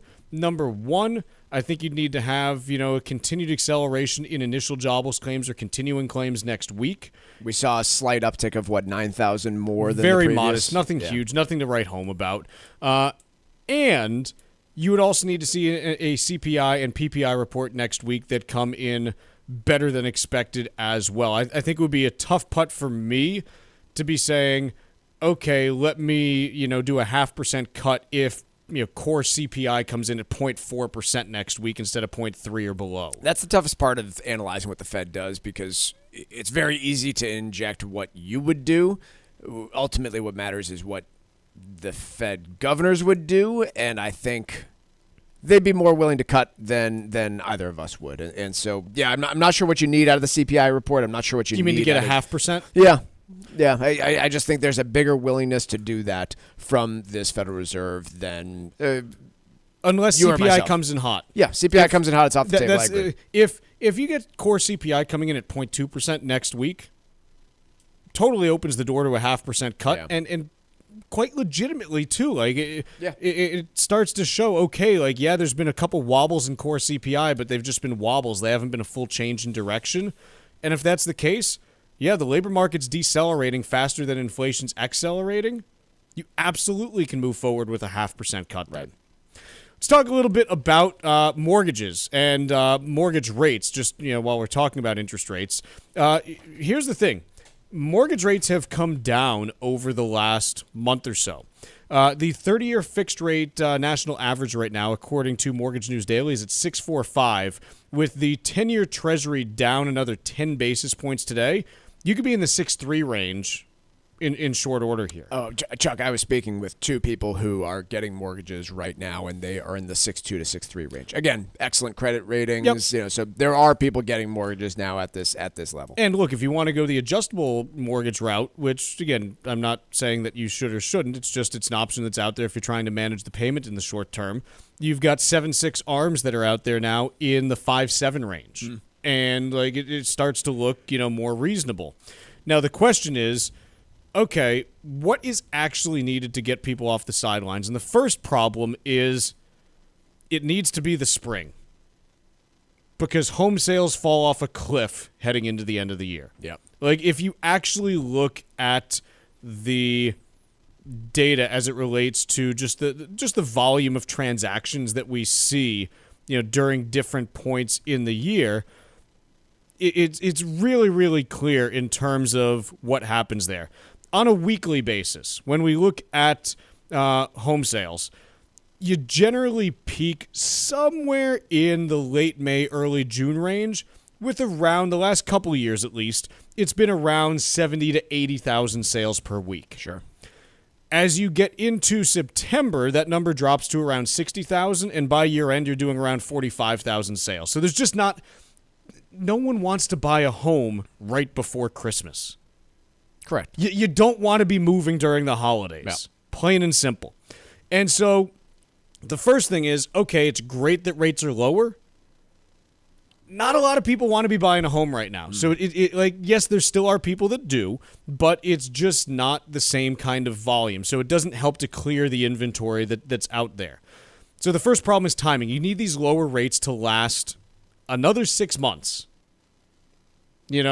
Possible but uncertain. Look, rates may be lower by the spring. We don't know. It's very much possible. But when you talk about what we've seen here, rates moving from the high sixes to, I'll call 6.3 the low sixes. That's the borderline of low and mid sixes. Hey, a 0.5% shift in mortgage rates means that you can spend up to, on a conforming 20% down conventional mortgage for 30 years, generally about 4 to 5% more. Yep. And so the affordability gets a little bit better in terms of your monthly payment. Is that enough to offset continued increases in insurance premiums, property taxes, and electricity rates? On the margins, does it get things moving enough? Maybe. I'm just not sure right now. It's something where, if you got the 30-year fixed rate down into the high fives, I'd say, okay, there's probably enough juice there. This, with all the other costs that have gone up, I'm not sure it's quite enough, but it'll definitely help. Chuck, yesterday, Scott Bessent discussed something that, it was in a Labor Day interview. Quote, "We may declare a national housing emergency in the fall." We're in the fall. Do you have any clarity about what a national housing emergency would mean? I don't. So if you look at the things that were done the last time that we've seen something along these lines, which was back in late 2008 when, gosh, you want to talk about emergencies? Yeah. I mean, we're talking about as bad as it gets. So if you look at the things that were done back then, it was predominantly to try to backstop lending markets and things along those lines. That was the bulk of what we saw during previous, national housing emergencies. The stuff that's being talked about in a couple of these pieces, I'm just not sure is actually feasible. So when you talk about a few of these things, or some of it just doesn't matter. There's a piece from MarketWatch, 5 ways the Trump administration could address the housing crisis. Free up federal land to build housing. Guys, doesn't make a difference. It doesn't matter if you're freeing up a bunch of land in Nevada. Yeah. The problem is in the places that people are trying to actively move right now. Yeah. Not in federal land that's, more remote and stuff like that. Not that it doesn't matter at all, but yeah, the high demand for housing and the weak supply is not in the West where all the federal land is concentrated. It's in the Southeast. It's in the Midwest and Northeast. Oh, you're saying the demand for housing right now, the high demand for housing right now that's where it's and the lack of demands in the Southeast, and this Right. doesn't fix that either. Right. Which, again, sometimes the market just has to do what the market does. Increase flexibility on what and where builders can build, so helping to change local zoning laws. I would love to see it. I don't know how they do it. Good luck. Listen, our show's based in the Northeast in Massachusetts. Massachusetts passed something a few years ago called the MBTA Communities Act, which basically tried to push towns near mass transit to develop more housing. Even with the state government trying to do this instead of the federal one, a ton of towns have pushed back, and it's basically been a flop. It hasn't really moved the way people thought it would. So no one wants to change their zoning laws when DC tells them to. Lowering mortgage rates. You don't really have the executive branch able to do that directly. It'll happen if the economy slows as it is, and this could provide a nice counterbalance where, hey, if the economy is slowing, great, lower mortgage rates can unlock housing, and maybe you get things moving there. Let's take a quick break. When we come back, we're going to be joined by Luke Cowa from Sherwood News. Right after this, we're talking Broadcom on the Financial Exchange. The Financial Exchange streams live on YouTube. Subscribe to our page and stay up to date on breaking business news all morning long. This is the Financial Exchange Radio Network. New Englanders love the Caribbean, and now there's a Caribbean travel channel available for you to learn all about Caribbean culture while you're planning your next trip to your favorite island. The TravelShareIt.com marketplace is loaded with information about the arts, festivals, food, and music throughout the Caribbean, and is an interactive website featuring daily travel deals to any island of your choice. Book your next Caribbean vacation on the most comprehensive travel channel for the islands, TravelShareIt.com. That's TravelShareIt.com. This is Michael Valila, Adjutant of the Disabled American Veterans Department of Massachusetts. We focus on the people returning from service, not their specific illness or injury. Our number one goal is to make sure our veterans have the necessary services they need, be it physical, emotional, or financial, so that their transition can be seamless. You can help our great American heroes as well by making a donation today by visiting dav5k.boston. That's dav5k.boston. Every dollar you've saved in retirement accounts and life insurance tells a story of hard work, smart choices, and the future you envision for your family. One way to help that story end well is to make a beneficiary choice that does more. This month's free guide from Cushing & Dolan IRA and life insurance planning, estate tax strategies, and nursing home protection, explains how naming your estate as the beneficiary of your IRA or life insurance can add a layer of tax efficiency and nursing home protection, while still allowing your spouse access when it matters. It's about keeping more of what you've built working for your loved ones now and in the years to come. Get your free copy today by calling 866-848-5699. That's 866-848-5699. Or you can request it online from our website, LegalExchangeShow.com. The proceeding was paid for, and the views expressed are solely those of Cushing & Dolan. Cushing & Dolan and or Armstrong Advisory may contact you offering legal or investment services. Cushing & Dolan and Armstrong Advisory do not endorse each other and are not affiliated. Artificial intelligence is changing the way companies invest and how markets move. Add to that global trends like international outperformance, a weakening dollar, and shifting bond yields, and you've got a complex landscape for investors. This is Mike Armstrong from the Armstrong Advisory Group, and we're hosting 2 financial seminars this fall to help you understand what it all means. Join us at Margaritaville Resort, Cape Cod on October 9th, or at the Showcase Superlux in Chestnut Hill on October 16th. Call 800-393-4001 to reserve your seat. We'll talk about how diversification and preparation may help you navigate uncertainty so your plan is ready. Don't miss this chance to get a clearer picture of your financial future. Register today by calling 800-393-4001 or on our website, armstrongadvisory.com. The proceeding was paid for by Armstrong Advisory Group, a registered investment advisor. Nothing in the ad or in any Armstrong guide is specific financial, legal, or tax advice. Consult your own financial, tax, and estate planning advisors before making any investment decisions. Armstrong may contact you to offer investment advisory services.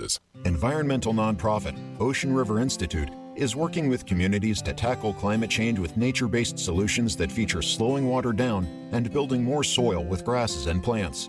Research indicates that people acting in their own neighborhoods can build an inch of soil in a year and slow sea level rise down by as much as 25%. Please visit oceanriver.org for more information on opportunities to make a difference and go the distance for savvy stewardship of a greener and bluer planet Earth.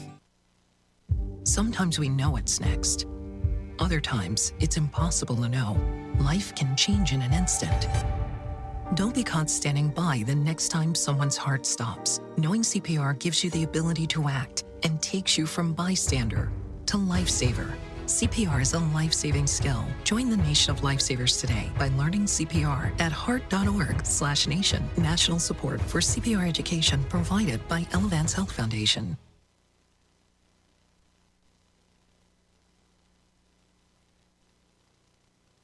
Hear the Financial Exchange every day from 11 to noon on SiriusXM's Business Radio Channel 132.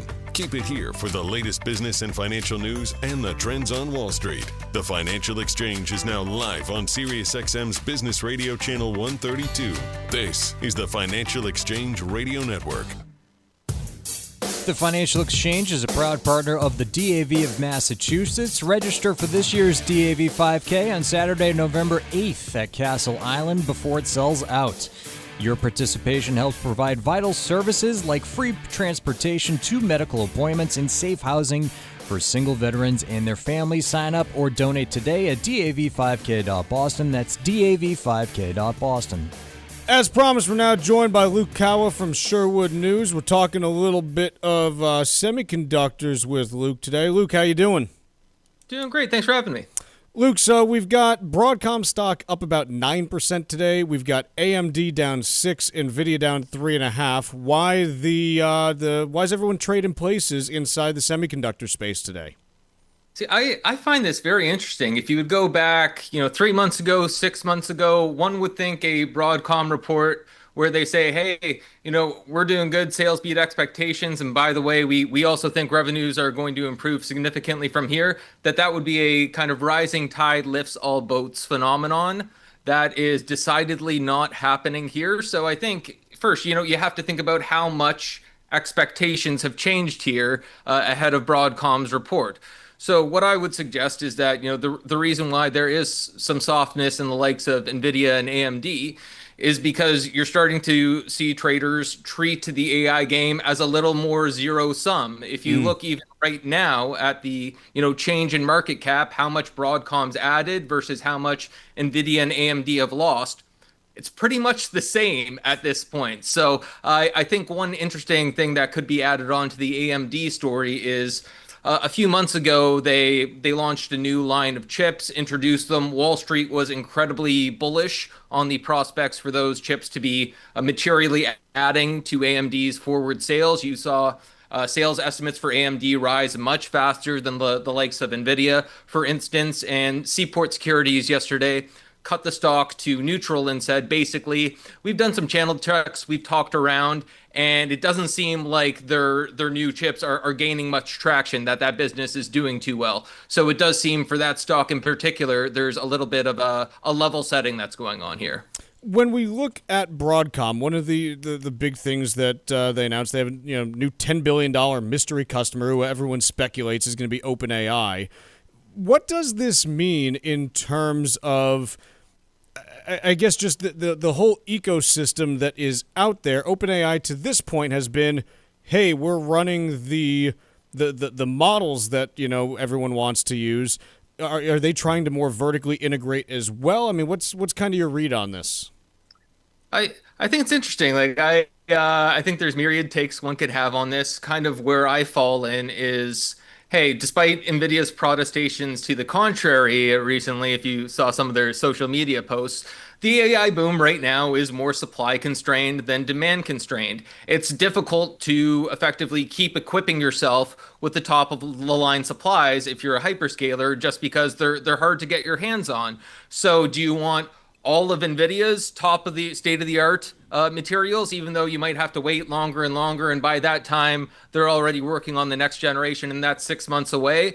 Or are we going, okay, if we need to speed up this process, if we want to speed up this process, is it actually more expedient for us to be diversifying our suppliers a little more, taking some from Broadcom, having our own line of custom chips there, also using Nvidia's GPUs and kind of full system architecture there? So I think this is more a means of, hey, I think for the underlying AI trade, this is more a matter of, hey, how do we fast track this? How do we keep this train moving as fast as possible? Because companies, hyperscalers at least, it does seem to be adding to their sales a heck of a lot, and a reasonable reason for them to want to keep that process at accelerated a pace as possible. Have to ask you this question anytime that we're talking about AI. I know that no one knows the answer to it, but interested just to get your thought on it, Luke. When do people start to care about actual revenue and profitability from AI? Because they haven't to this point, which is fine. Like, there's plenty of businesses where that's the case for a while. But you got like $400 to $500 billion in data center spend that's going to be coming next year. And at some point you say, look, this is going to need to start, paying for itself. When do people start caring? Is the sign that, we might be seeing this as more of a zero-sum game? Does it show that we're approaching that, or are we not there yet?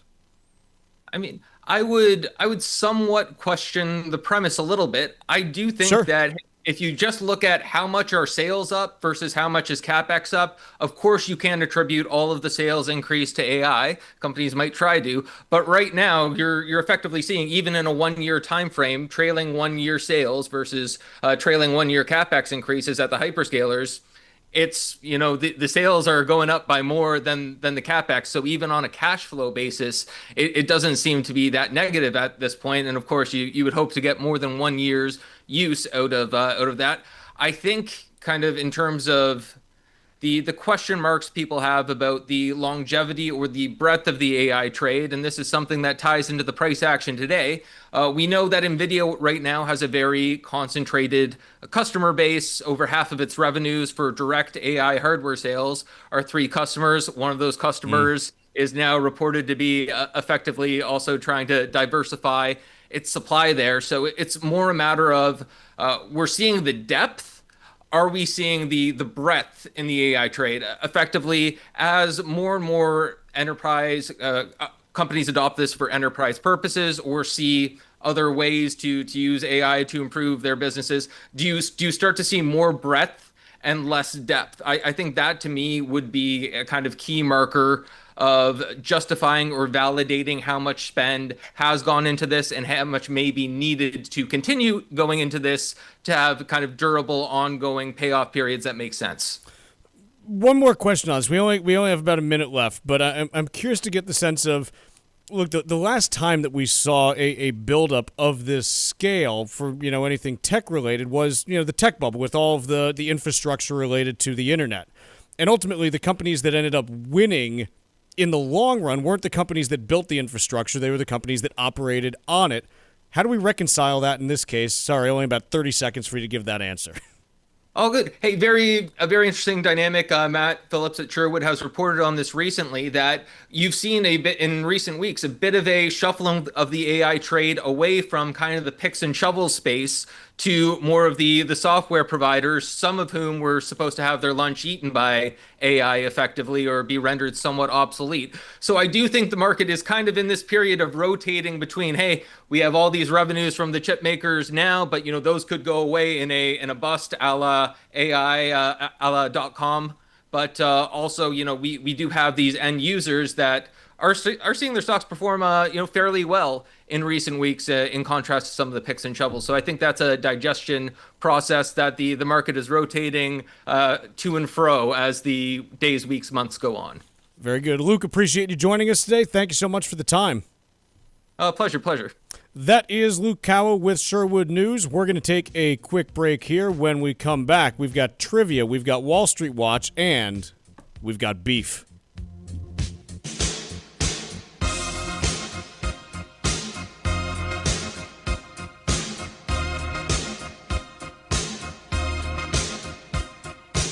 Bringing the latest financial news straight to your radio every day. It's the Financial Exchange on the Financial Exchange Radio Network.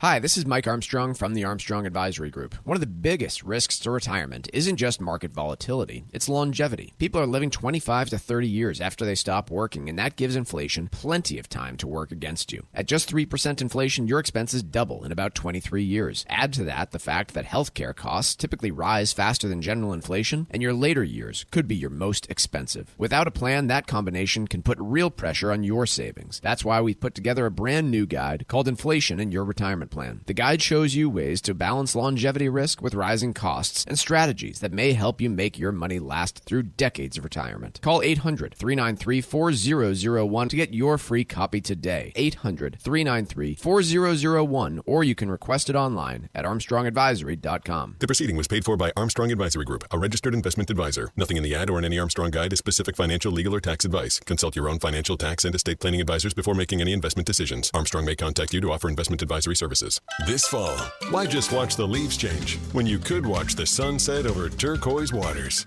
The U.S. Virgin Islands are your perfect fall escape. Set sail on the sparkling blue sea, snorkel colorful reefs, kayak through calm lagoons, or try to reel in the big one with world-class sport fishing. Then, explore Charlotte-Amalie, the capital of St. Thomas, with its historic streets and duty-free shopping. Ferry to St. John's Virgin Islands National Park for hiking and secluded beaches. And finally, experience the culture, festivals, and rum of St. Croix. 3 incredible islands, countless experiences, and something for everyone to enjoy. With easy travel from New England, no passport required for U.S. citizens, and no money to exchange, paradise is closer than you think. So why wait? This can be the season you fall naturally in rhythm with the heartbeat of the islands in America's Caribbean. The U.S. Virgin Islands. Plan your getaway now at visitusvi.com. That's visitusvi.com. Mark Vonner is the CEO of Veterans Development Corporation. Mark is a career military man, having served nearly 20 years, and we are so proud to have him and his business as a key partner and a presenting sponsor of the DAV 5K Boston. The DAV Department of Massachusetts does incredible work, and it's one of the first organizations that Mark became familiar with after his military service ended back in 1984. As Mark built his company, he knew he'd be giving back to fellow veterans who needed jobs, support services, medical supplies, and so much more. Mark works with disabled veterans every day, and it's one of the key reasons why he's such a big supporter of Dan Stack, the DAV Department of Massachusetts, and the DAV 5K Boston. You can join Mark Vonner and his team and make a donation to the DAV Department of Massachusetts or become a sponsor of the DAV 5K Boston. Simply visit dav5k.boston. That's dav5k.boston. This is Tucker Silva of the Financial Exchange Show, and I'm joined today by estate planning attorney Todd Lutzke, a partner with the law firm of Cushing & Dolan with a master's in taxation. And today we're talking about choosing beneficiaries for your IRA. Todd, what is the best way to set up designated beneficiaries for qualified plan assets from both a Medicaid and estate tax planning perspective for a married couple? Generally, for a married couple, you have several choices. The most commonly used one is you're going to make the surviving spouse the designated beneficiary. It doesn't shelter assets from estate taxes. It just passes to the surviving spouse. It avoids probate, and it's probably the best way to go from an income tax perspective, not necessarily an estate tax perspective. Another way would be you could technically name the trust the beneficiary of the IRA when you pass. That at least will help it shelter assets for estate tax purposes and still provide for the surviving spouse. But from a Medicaid perspective, it will then protect it from the nursing home, but it'll take 5 years. Perhaps the newest and best way to do this would be to name the estate the beneficiary, provided you are over age 73 or over. That way,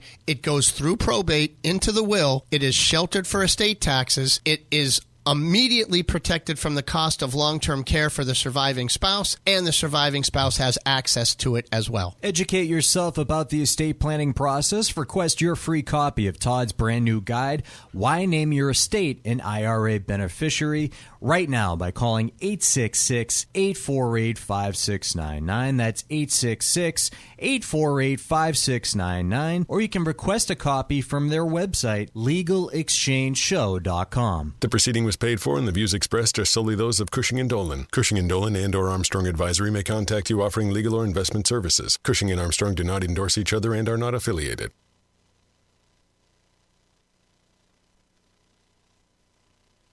Time now for Wall Street Watch. A complete look at what's moving markets so far today, right here on the Financial Exchange Radio Network. Markets in negative territory on the heels of a weaker than expected August jobs report, where only 22,000 jobs were added last month, well below forecasts of 75,000. The government also revised its numbers from earlier in the summer and said the economy lost a net 13,000 jobs in June, marking its first decline since December of 2020. Right now, the Dow is down by over 0.5%, 245 points lower. S&P 500 also down by 0.5%. NASDAQ down by 0.3%. Russell 2000 is dipping into negative territory. 10-year Treasury yield down 10 basis points at 4.07%, and crude oil is down nearly 3% now, trading at $61.61 a barrel. Broadcom jumping 10% after the chip and software maker swung to a profit, beating expectations for its quarterly sales. The company also noted its AI-related revenue soared 63% higher. Meanwhile, Lululemon shares are tanking 18% after the athleisure wear company's full-year guidance missed estimates. Lulu also cut its outlook, citing tariffs. And a new financial filing revealed that Tesla's board is asking investors to approve a new pay package for CEO Elon Musk that could be worth as much as $1 trillion over the next decade.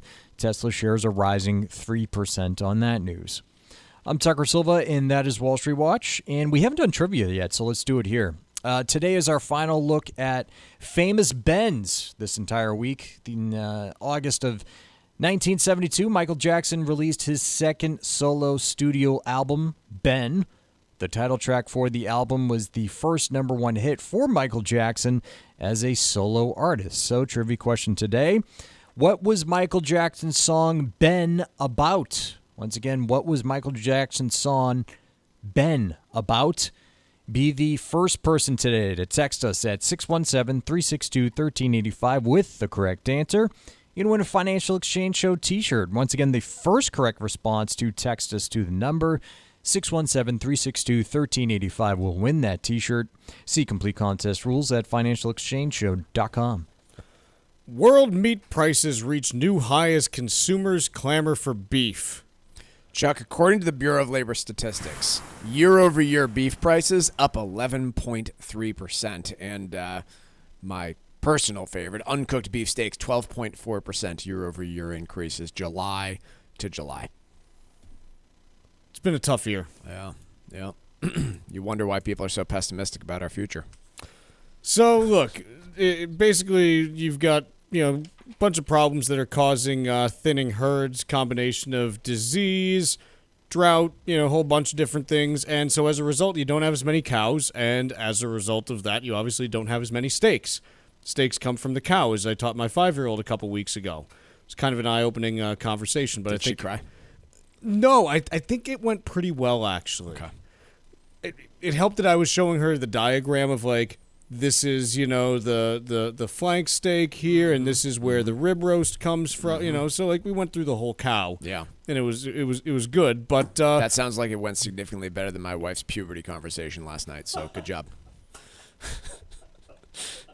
I'm not... yeah, don't engage. Let's continue, shall we? It's an unfair discussion. You've got beef prices moving up, and there's nothing that we can really do to get them down. It's just one of those things where it's going to be cyclical, kind of like eggs were, last year with bird flu and things like that.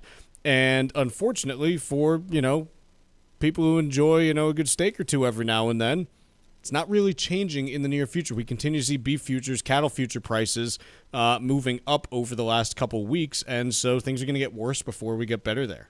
Folks, want to talk to you about 2 upcoming events here from the Financial Exchange. As we've been discussing them, the labor market in particular, but the economy as a whole seems to be at potentially some pivot point right now. You've got the Fed potentially cutting rates. You've got markets trading near all-time highs on the artificial intelligence boom, and a lot of folks wondering what comes next. If you are too, please join us on one of 2 dates. The first one is going to be down at the Margaritaville Resort on Cape Cod on October 9th. Second will be at the Showcase Superlux in Chestnut Hill on October 16th. We'll be doing a live broadcast of this show, The Financial Exchange. You can join us for free and catch a live broadcast, followed by a lunch where we discuss the markets, discuss the economic trends, and get into the details of what we are seeing when it comes to this country's outlook. If you would like to reserve your spot, do so now as these do fill up again. It's down on Cape Cod at the Margaritaville Resort on October 9th, or at the Showcase Superlux in Chestnut Hill on October 16th, and you can reserve your spot by calling 800-393-4001. Again, limited availability, so please call and book your spot at 800-393-4001. The proceeding was paid for by Armstrong Advisory Group, a registered investment advisor. Nothing in the ad or in any Armstrong guide is specific financial, legal, or tax advice. Consult your own financial, tax, and estate planning advisors before making any investment decisions. Armstrong may contact you to offer investment advisory services. Mike, let's talk a little bit about Lululemon in depth. So they reported earnings yesterday, and basically their guidance was bad to quite bad. And they're saying it's because of tariffs. Ultimately, like, you actually look at the numbers and what they're telling you, and yes, the profit side is certainly going to be impacted by tariffs. There's no doubt on that side of things. But I think that when, you talk about, okay, is it tariffs or is it something else? The revenue guide being, 3 to 5% below where they had been previously guiding, that tells me you have a demand problem, because that's what matters, Chuck, because this is a company that has been defined by pricing power. Yes. Like no other company out there for the last several years. And if they're losing it... I mean, I'm there right now. I went to the Lululemon website, which the only time I ever do it is when we cover them on the show to talk about how expensive their stuff is. And I see this more is... of a Spanx guy. I am. It helps with, the midsection on me a little bit. So for best sellers, the first thing that comes up for men is the Metal Vent Tech short sleeve shirt. It's $78. Yeah. Like human dollars, not, like anything. It's $78. They have an Evolution short sleeve polo shirt for $88. And so the question that I ask is why? I mean, but look, that hasn't been a problem for them to this point. But if you have an environment where people are, paying more attention to pricing right now and this and that, this is the first stuff that goes, because quite honestly, and look, this is what I do. You can go to freaking Old Navy and get 8 workout shirts that cost the same amount as this one workout shirt from Lululemon.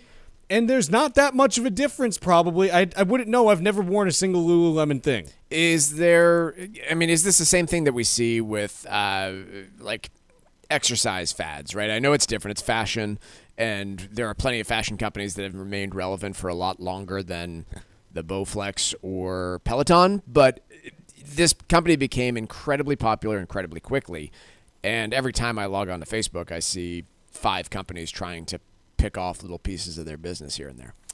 Yeah, fashion's tough. It's a tough business, and the other piece that I wonder if you're just seeing in general, that whole athleisure space kind of feels like it peaked 5 or 6 years ago. I mean, it probably peaked during COVID. I mean, just look at what you're seeing from like Nike and Under Armour, and like this is not just a Lululemon store. I mean, you're seeing this across the board with anything athletic, leisurely, oriented.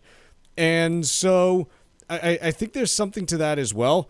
The other thing, just from, quite honestly, again, like I'm not the target person for this. I know they have a men's section, but their bread and butter is selling, workout clothes to women. Asking my wife about it, she's like, their stuff's overpriced and no one wants to buy it anymore. Like that's kind of the vibe that I get on this. No stimmy checks, no Lululemon. Let's take a quick break. When we return, Paula Monica from Barron's joins us after this. Miss any of the show?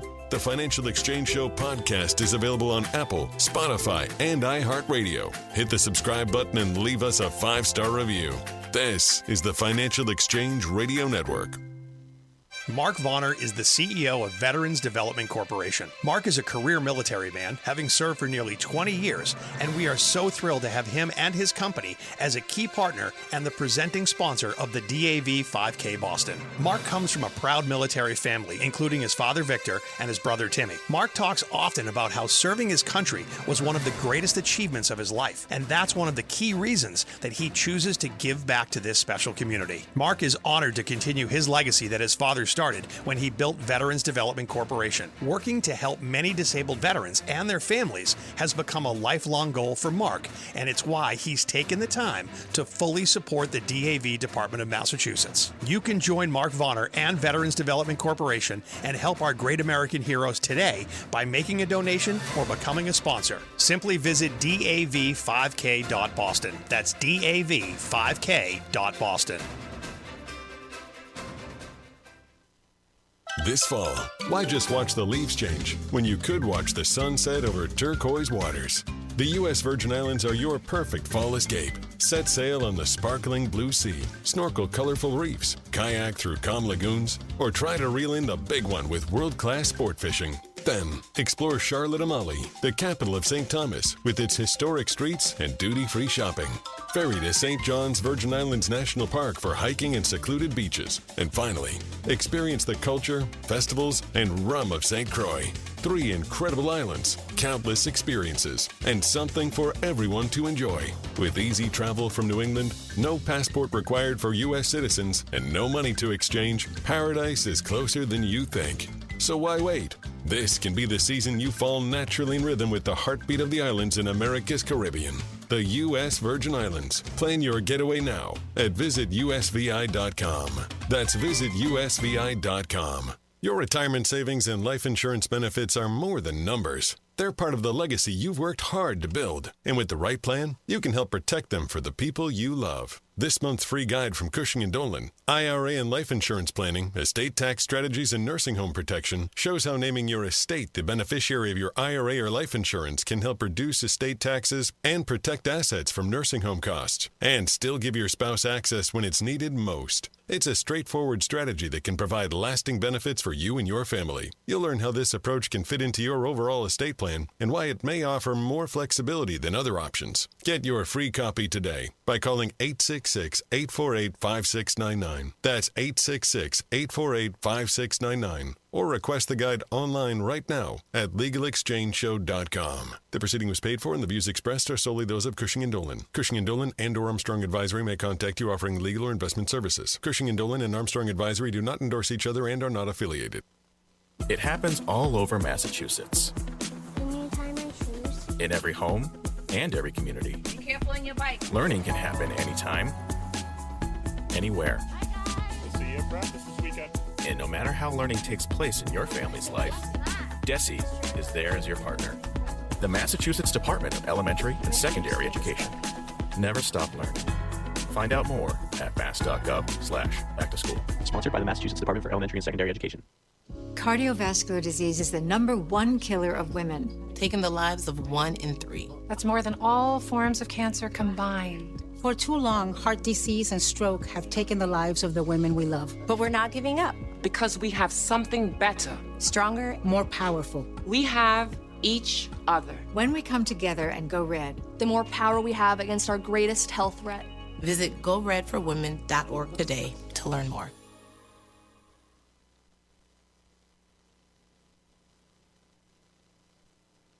The Financial Exchange is now available every day from 11 to noon on SiriusXM's Business Radio Channel 132. Stay informed about the latest from Wall Street, fiscal policy, and breaking business news every day. The Financial Exchange is live on SiriusXM's Business Radio Channel 132. This is the Financial Exchange Radio Network. Ladies and gentlemen, the weekend. This segment of the Financial Exchange brought to you by the U.S. Virgin Islands Department of Tourism. Looking for a getaway that's easy, warm, and unforgettable? Discover the magic of the U.S. Virgin Islands, St. Croix, St. Thomas, and St. John. Just a short flight from New England with no passport needed and no money to exchange. Soak up the sun, stroll along white sand beaches, and feel the rhythm of the heartbeat of the islands. The USVI is America's Caribbean paradise. Plan your fall escape now by visit usvi.com. That's visit usvi.com. As promised, joining us now is Paul LaMonica from Barron's, and we're going to be talking a little bit about sports gambling stocks here. Paul, how you doing? I'm good, thanks. How are you guys doing? Good. I know you put together a piece on a couple of these companies. Can you talk a little bit about what was in there? Yeah, DraftKings and Flutter Entertainment, which is the owner of FanDuel, they dominate the legal sports betting market. I mean, they have by far the biggest market share, over half of the overall market in the U.S., even though there's a lot of competition from the likes of MGM and Caesars, Fanatics, and obviously even ESPN with their branded sports gambling service that's run by the casino company Penn Entertainment.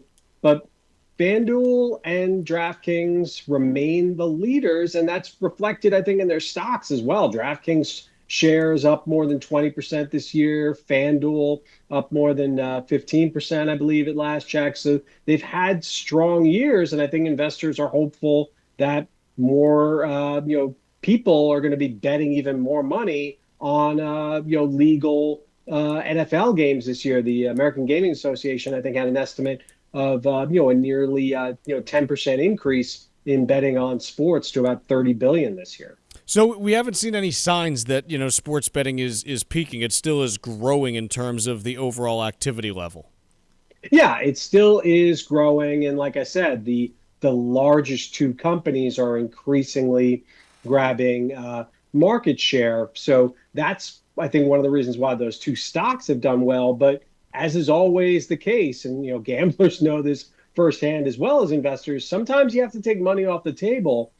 I think DraftKings and Flutter, FanDuel, are both solid companies that deserve their market leading positions, but the valuations are starting to look a little stretched as well, more so for DraftKings than for Flutter. But they're trading at premium prices, and given their run up this year, maybe they pull back a little bit. But that being said, obviously we're heading into seasonally a very strong time for these companies, because in addition to pro football, you have college football, you have the start of the NBA season, the Major League Baseball playoffs. So there's a lot of sports activity out there for gamblers to wager on. A couple of sports leagues have seen some gambling scandals in the last year. I know the NBA has. I know Major League Baseball has. Any signs that there might be pushback coming, either legislatively or from leagues about this, or is the goose just too golden for them to do anything about it? I think the leagues have to look at it very seriously. Anything that compromises the integrity of the game is a huge concern. And I think you do have to wonder if there are going to be legislatively some changes that could impact the industry. I mean, one thing that is interesting is that it got snuck into the one big beautiful bill, Trump's stimulus plan that was approved by Congress, that there's a provision now that makes it more difficult for gamblers to deduct losses for tax purposes, and that is something that could be problematic. Now whether or not that causes people to say that, okay, instead of legally betting, I'm going to bet with bookies underground, so I don't have to report income. And obviously that is one of the things that when you are betting through a legal sports app, there is a record of it. You can't hide your wins and losses from the government. Usually not a problem when you're losing money, but that might be a concern now if it's no longer something that gamblers can count on to be able to get some tax advantageous issues if they are actually losing money. Paul, you mentioned that these two companies are gaining market share. How come the established companies can't compete in this space as well? I mean, I see MGM bet commercials all over the place. They've got casinos. Why are the traditional casino operators not on the cutting edge here? What they miss out on? Yeah, it's a great question. I mean, I'm not so sure. I mean, I think as is often the case in emerging businesses, you wind up having tech-savvy companies that are able to take advantage of being a first mover. I think that maybe some of the casino companies were a little late to the game, concerned about what legal online sports betting might do to their actual very profitable sports books at physical casinos. And, I think MGM and Caesars, some of the other companies, they're doing a good job. And as you mentioned, I mean, not a day goes by where you're not seeing a commercial. I guess John Hamm now of Mad Men fame for MGM is the latest. But I think that DraftKings and FanDuel, they've proven that they've been able to use that first mover advantage and run with it. Very good. Paul, appreciate you joining us. Have a great weekend. Thanks. Will do. Go Giants. Go who? That team that beat the New England Patriots. We lost time there. Sorry. Sorry. I can't hear you. It's a little staticky. Never be asked back on the financial exchange. Well, we'll see what the results are on Monday. In any case, thanks again, Paul. Have a great weekend. That is Paul LaMonica from Barron's. Trivia question we asked on the prior segment was, what was Michael Jackson's song Ben about? It'll be a rat or a killer rat. Mike from Barnstable, Mass. is our winner today, taking home a Financial Exchange Show t-shirt. Congrats to Mike. And we play trivia every day here in the Financial Exchange. See complete contest rules at financialexchangeshow.com. Michael, what else do we have to get through? Tesla or Social Security? Tesla. $1 trillion. So here's the thing. It's like a hugely excessive pay package. It's also really unlikely that he actually gets paid that whole thing. I went through and looked at some of the benchmarks that need to be hit. And you have things like, hey, Tesla for the last 3 tranches needs to hit $400 billion in EBITDA in a 12-month period. Right now they're at $10 billion. So quite honestly, tough to do. If they grow their revenue by 40x while he's still alive from here, fine, pay him more. Okay, it's probably worth. I know it sounds crazy to say $1 trillion is worth it, but I don't know, if you can actually do something that crazy, impressive, yeah, fine, have at it. Do I think it's going to get there? No, just because it's just a huge number. But I don't know, honestly, in this case, if the board wants to do this and the shareholders vote on it, okay, have at it at this point. We've been down this road before. I'm not going to make a big hullabaloo about executive comp. It's just $1 trillion. It's not anything crazy. We're done for the day, done for the week. We'll see you next week. Bunch of inflation data coming up. Make sure you tune in.